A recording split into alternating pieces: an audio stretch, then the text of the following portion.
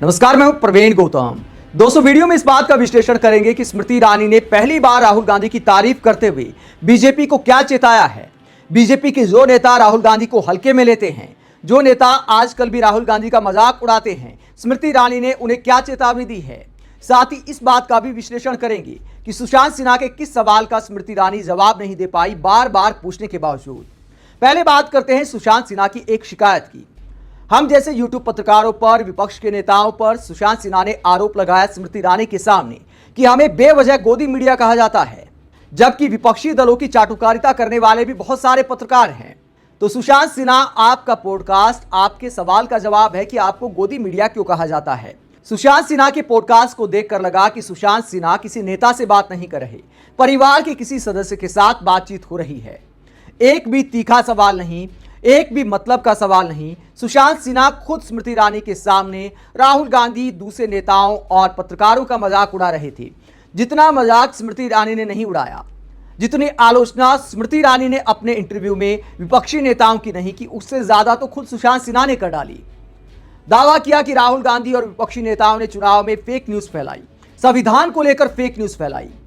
भैया, सुशांत सिन्हा पत्रकार का दिमाग अंदर में होता या दिल से पत्रकार होते तो स्मृति ईरानी से सवाल करते कि आपने चुनाव में ये फेक न्यूज क्यों फैलाई कि इंडिया गठबंधन की सरकार आ गई तो राम मंदिर पर ताला पड़ जाएगा। स्मृति ईरानी ने, पीएम मोदी ने ये फेक न्यूज लगातार चुनाव के दौरान फैलाने का काम किया।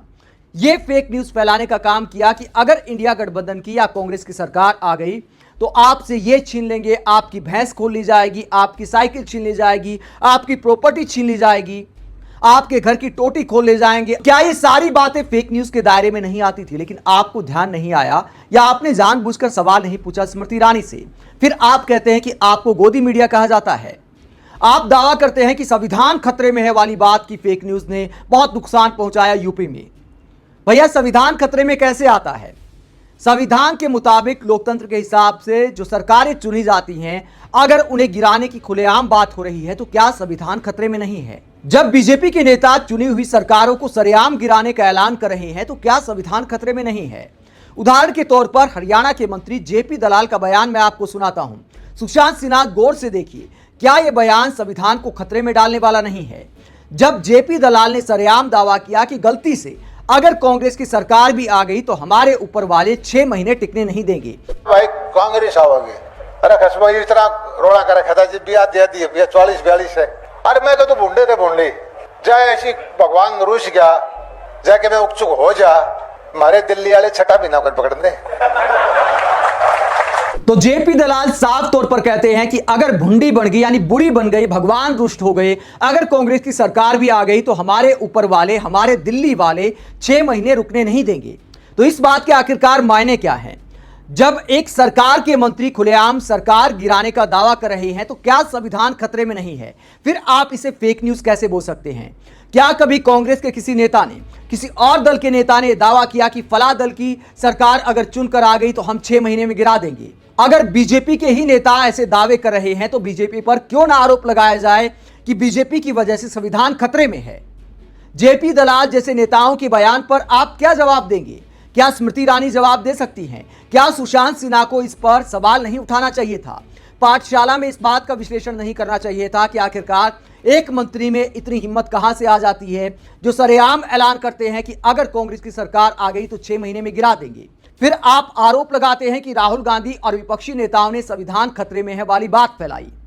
जब सुशांत सिन्हा ने स्मृति ईरानी से सवाल पूछा कि क्या आपको लगता है कि आपको भी इसकी वजह से चुनाव में नुकसान हुआ, सुशांत सिन्हा के इस सवाल पर स्मृति ईरानी जवाब देती है कि देखिए, मेरी लोकसभा में तो ऐसा कुछ नहीं हुआ। सुशांत सिन्हा आरोप लगाते हैं, स्मृति ईरानी नकारती हैं। तो फिर आपको गोदी मीडिया कहने में आखिरकार शिकायत क्यों है सुशांत सिन्हा? एक भी मतलब का सवाल, एक भी तीखा सवाल एक पत्रकार होने के नाते एक राजनेता से जो पूछा जाना चाहिए था, क्या आपने पूछा? क्या आपने पूछा कि आपने जो केएल शर्मा का मजाक उड़ाया, क्या आपको वो भारी पड़ गया? क्या आपको राहुल गांधी को डरपोक कहना भारी पड़ गया? स्मृति ईरानी से तीखे सवाल करने की बजाय आप उनकी ऐसे तारीफ किए जा रहे थे कि मानो जनता ने उनके साथ अन्याय कर दिया। सुशांत सिन्हा कहते हैं कि देखिए, आपने इतना काम किया, उसके बावजूद आप हार गई।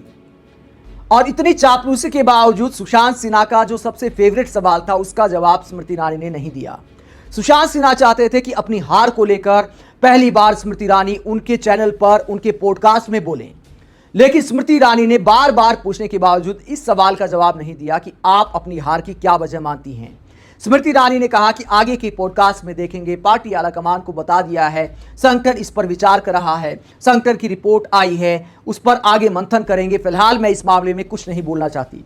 बार बार पूछते हैं सुशांत सिन्हा, लेकिन स्मृति ईरानी एक बार भी जवाब नहीं देती और सुशांत सिन्हा का चेहरा उतर जाता है। दोस्तों, स्मृति ईरानी ने शायद इस सवाल का जवाब इसलिए नहीं दिया कि उन्हें समझ नहीं आ रहा कि मैं हारी तो हारी कैसे।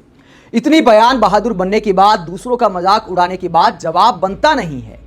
समझ नहीं आ रहा किसकी आलोचना की जाए, इसीलिए शायद सुशांत सिन्हा को जवाब नहीं दिया, क्योंकि बड़बोलापन बहुत ज्यादा हो गया था चुनाव में। सुशांत सिन्हा को कायदे से यह सवाल पूछना चाहिए था कि क्या आपका बड़बोलापन आपको भारी पड़ गया, लेकिन सुशांत सिन्हा दूसरों की बुराई करते हैं, विपक्षी दलों की, नेताओं की, राहुल गांधी की बुराई कर करके स्मृति ईरानी से सवाल पूछते हैं, फिर भी जवाब नहीं मिलता इस सवाल का। और उसके बाद दोस्तों, स्मृति ईरानी राहुल गांधी पर एक ऐसा बयान देती हैं जो दिखाता है कि राहुल गांधी की राजनीति ने बीजेपी नेताओं को फिलहाल कैसा डरा दिया है। क्या कहती है स्मृति ईरानी राहुल गांधी को लेकर, बदले हुए राहुल गांधी को लेकर? स्मृति ईरानी भी मानती है कि राहुल गांधी की राजनीति बदल गई है और उनका मजाक उड़ाना, उनको हल्के में लेना भारी पड़ सकता है। यानी जो नेता भर भर के राहुल गांधी का मजाक उड़ाती रही, सबसे ज्यादा राहुल गांधी को ट्रोल करने का काम किया, आज वो कहती हैं कि उनको गंभीरता से लेने की जरूरत है। स्मृति ईरानी क्या कहती हैं? मुझे लगता है कि राहुल गांधी की पॉलिटिक्स में एक चेंज आया है। उन्हें लगता है कि उन्होंने सफलता का स्वाद चख लिया है।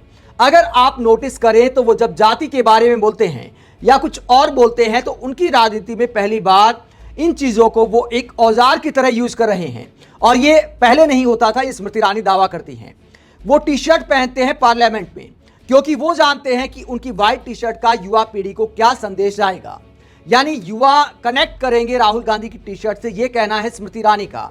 तो हम इस गलतफहमी में रहे कि वो कोई भी कदम जो है वो चाहे आपको अच्छा लगे, बुरा लगे, चाहे बचकाना लगे बोलने के बाद स्मृति ईरानी एक पोज लेती है। शायद ये कहना चाहती थी कि हल्के में लेना भारी पड़ सकता है, लेकिन उन्हें लगा कि ऐसा कहना शायद बहुत ज़्यादा माइलेज देना हो जाएगा, बहुत ज़्यादा वीडियो वायरल हो जाएगा, बातें बन जाएंगी, तो आगे कहती हैं लेकिन अब वो अलग पॉलिटिक्स कर रहे हैं। तो अलग पॉलिटिक्स के नाम पर एक तरह से बीजेपी नेताओं को चेताया है स्मृति ईरानी ने कि अगर आप उनका मजाक उड़ाते हैं, उनको बचकाना तौर पर लेते हैं, तो फिर आपको महंगा पड़ सकता है। शायद स्मृति ईरानी यही कहना चाहती थी, इस बात के मायने भी यही निकलते हैं। तो स्मृति ईरानी को इस बात का एहसास हो गया है कि राहुल गांधी की जो पप्पू वाली छवि बनाई गई, चुनाव के बाद वो सब बदल गया है। जब विपक्ष के नेता ऐसा कह रहे हैं तो स्मृति ईरानी का ये बयान उन टीवी एंकरों, उन बीजेपी नेताओं को भी जवाब है कि आखिरकार 2024 के चुनाव के बाद क्या बदल गया है। जिस राहुल गांधी के बारे में स्मृति ईरानी और बीजेपी के नेता कहते थे कि उन्हें कोई गंभीरता से नहीं लेता, वो स्मृति ईरानी कहती हैं कि उन्हें गंभीरता से लेना चाहिए। वो जिस तरह चीजों को औजार के तौर पर इस्तेमाल कर रहे हैं, वो इस बात को समझते हैं कि क्या संदेश जा रहा है। तो स्मृति ईरानी राहुल गांधी के बारे में ऐसा बयान देती है, ये थोड़ा नया है, और शायद हार के आत्ममंथन ने स्मृति ईरानी को इस बात का एहसास कराया है, या फिर उस बात का असर है जब स्मृति ईरानी के मान सम्मान के लिए राहुल गांधी ने आवाज उठाई थी और सरेआम ये कहा था कि एक महिला सांसद को इस तरह ट्रोल नहीं करना चाहिए। आप स्मृति ईरानी के इस बयान के क्या मायने निकालते हैं, कमेंट बॉक्स में अपनी राय जरूर दें। साथ ही स्मृति ईरानी ने अपनी हार को लेकर जो जवाब नहीं दिया, उसे लेकर आप क्या सोचते हैं, कमेंट बॉक्स में अपनी राय जरूर दें। अगर आप हमारी पत्रकारिता को पसंद करते हैं तो थैंक्स के ऑप्शन के जरिए आर्थिक सहयोग भी दे सकते हैं। इसके अलावा वीडियो को लाइक करें, चैनल को सब्सक्राइब करें। नमस्कार।